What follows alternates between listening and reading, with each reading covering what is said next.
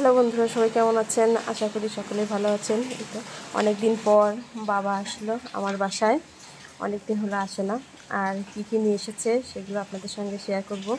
তো বিভিন্ন রকমের জিনিস নিয়ে এসেছে, সেইগুলোই এখন বের করে রাখছি।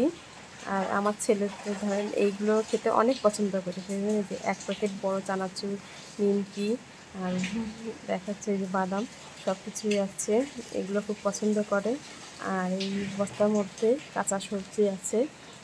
আর এই সবজিগুলো দেখা যাচ্ছে খুব টাটকা, গ্রামের সবজি খুব এই কাঁচা কাঁঠালের তরকারি খাওয়ার জন্য নিয়ে এসেছে। আর সঙ্গে মুড়ি নিয়ে এসেছে, দেশি মুড়ি হাতে ভাজা, এগুলো সব উঠিয়ে রাখলাম। আর সঙ্গে দেশি ডিম, আর গ্রামের এই ডিমগুলো একদম ফ্রেশ হয়। দেশি মুরগি শহরে পাওয়া যায়, কিন্তু সেগুলো দেখা যাচ্ছে বিভিন্ন জাতের মুরগির ডিমগুলো দিতে পারে, কিন্তু ফ্রেশ ডিম পাওয়া খুব কঠিন। এগুলো এখন উঠিয়ে ফ্রিজে রেখে দেবো বক্সে করে পরিষ্কার করে। আর আমার বর দাঁড়িয়ে দাঁড়িয়ে নিমকি খাচ্ছে। আমার ছেলেকেও বলছে একটু খেয়ে দেখো কেমন হয়েছে টেস্ট।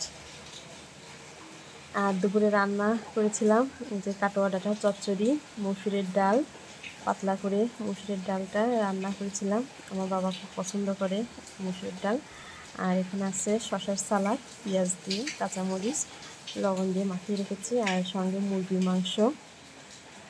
আজকের মেনু এইগুলোই। এখন দুপুরে খাওয়া দাওয়া করে নেব সবাই, এবং বাবাকে খেতে দিয়েছি। এখন আমরা বসে যাব খেতে।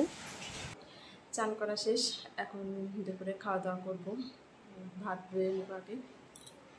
কাটোয়া ডাঁটা রাজশাহীর অঞ্চলের মানুষের প্রিয় ডাঁটা।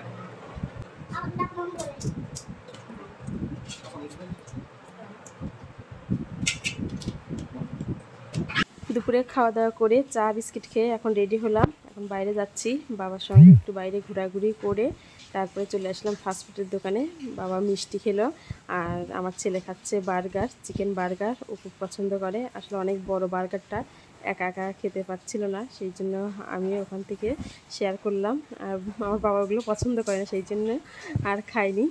এই তো ঘোরাঘুরি শেষ, আজকে এখন বাসায় চলে যাব। আজকের ভিডিও কেমন লাগলো অবশ্যই সবাই কমেন্ট করে জানাবেন, লাইক এবং শেয়ার করে পাশে থাকবেন। সবাই ভালো থাকবেন, সুস্থ থাকবেন।